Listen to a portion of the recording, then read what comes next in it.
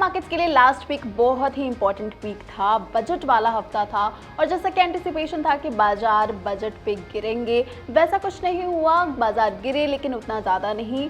तो ये जो सेंटिमेंट था उसने बाजार को पूरे हफ्ते होल्ड करके रखा। तो चलिए मार्केट रैप के लेटेस्ट एपिसोड में जान लेते हैं बाजार के लिए बड़े ट्रिगर्स और आउटलुक।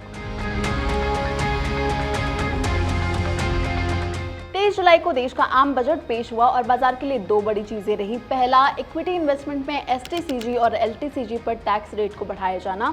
दूसरा, एफएनओ ट्रेडिंग में जो ट्रेडर्स एसटीटी यानी सिक्योरिटी ट्रांजैक्शन टैक्स देते हैं उसके रेट को बढ़ाया जाना। जाहिर है बाजार को यह पसंद नहीं आया। बजट वाले दिन बाजार गिरे थे। सेंसेक्स 1200 और निफ्टी 400 से ज्यादा पॉइंट्स नीचे गया था, बट क्लोजिंग तक बाजार ने रिकवर कर लिया। इनफैक्ट ये जो पैटर्न है वो हमें पूरे हफ्ते दिखाई दिया। बाजार में गिरावट आती और फिर क्लोजिंग तक रिकवरी के साथ हमें फ्लैट क्लोजिंग देखने को मिली। हफ्ते के अंत तक अगस्त सीरीज की शुरुआत के साथ शुक्रवार को बाजार ने जबरदस्त कमबैक किया और रिकॉर्ड हाई के पास पहुंच गए। निफ्टी ने पहली बार 24,861 के हाई को छुआ और सेंसेक्स भी ऑलमोस्ट 1300 पॉइंट्स ऊपर चढ़ गया। यानी कि बजट पर जो गिरावट आई थी बाजार ने इसकी पूरी भरपाई कर ली।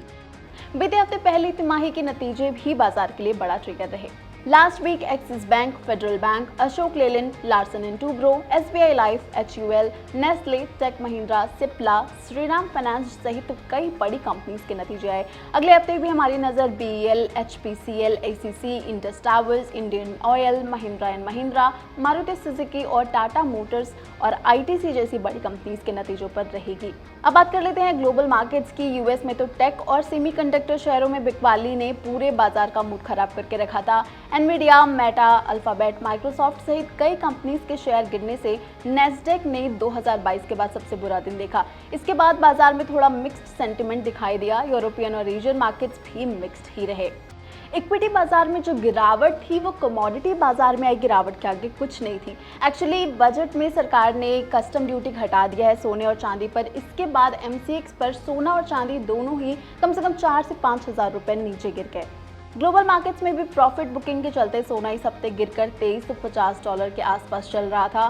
चांदी कॉमिक्स पर $28 के नीचे आ गई है। उधर बाकी बेस मेटल्स भी कमजोर रहे। कॉपर लगातार 8 सेशन से गिर रहा था।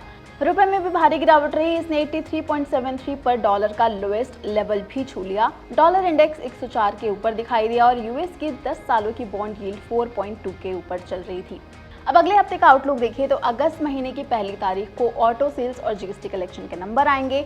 इसके साथ बाजार के लिए पहली तिमाही के जो नतीजे आ रहे हैं वो भी बड़ा ट्रिगर रहेंगे। Apart from this US markets के सेंटिमेंट के साथ डॉलर, क्रूड वगैरह पर भी बाजार की नजर रहेगी। तो चलिए आज के लिए इतना ही। बजट वाले हफ्ते के बाद आप करिए रेस्ट। बिजनेस की तमाम खबरों के साथ हम फिर मिलेंगे जी बिजनेस पर।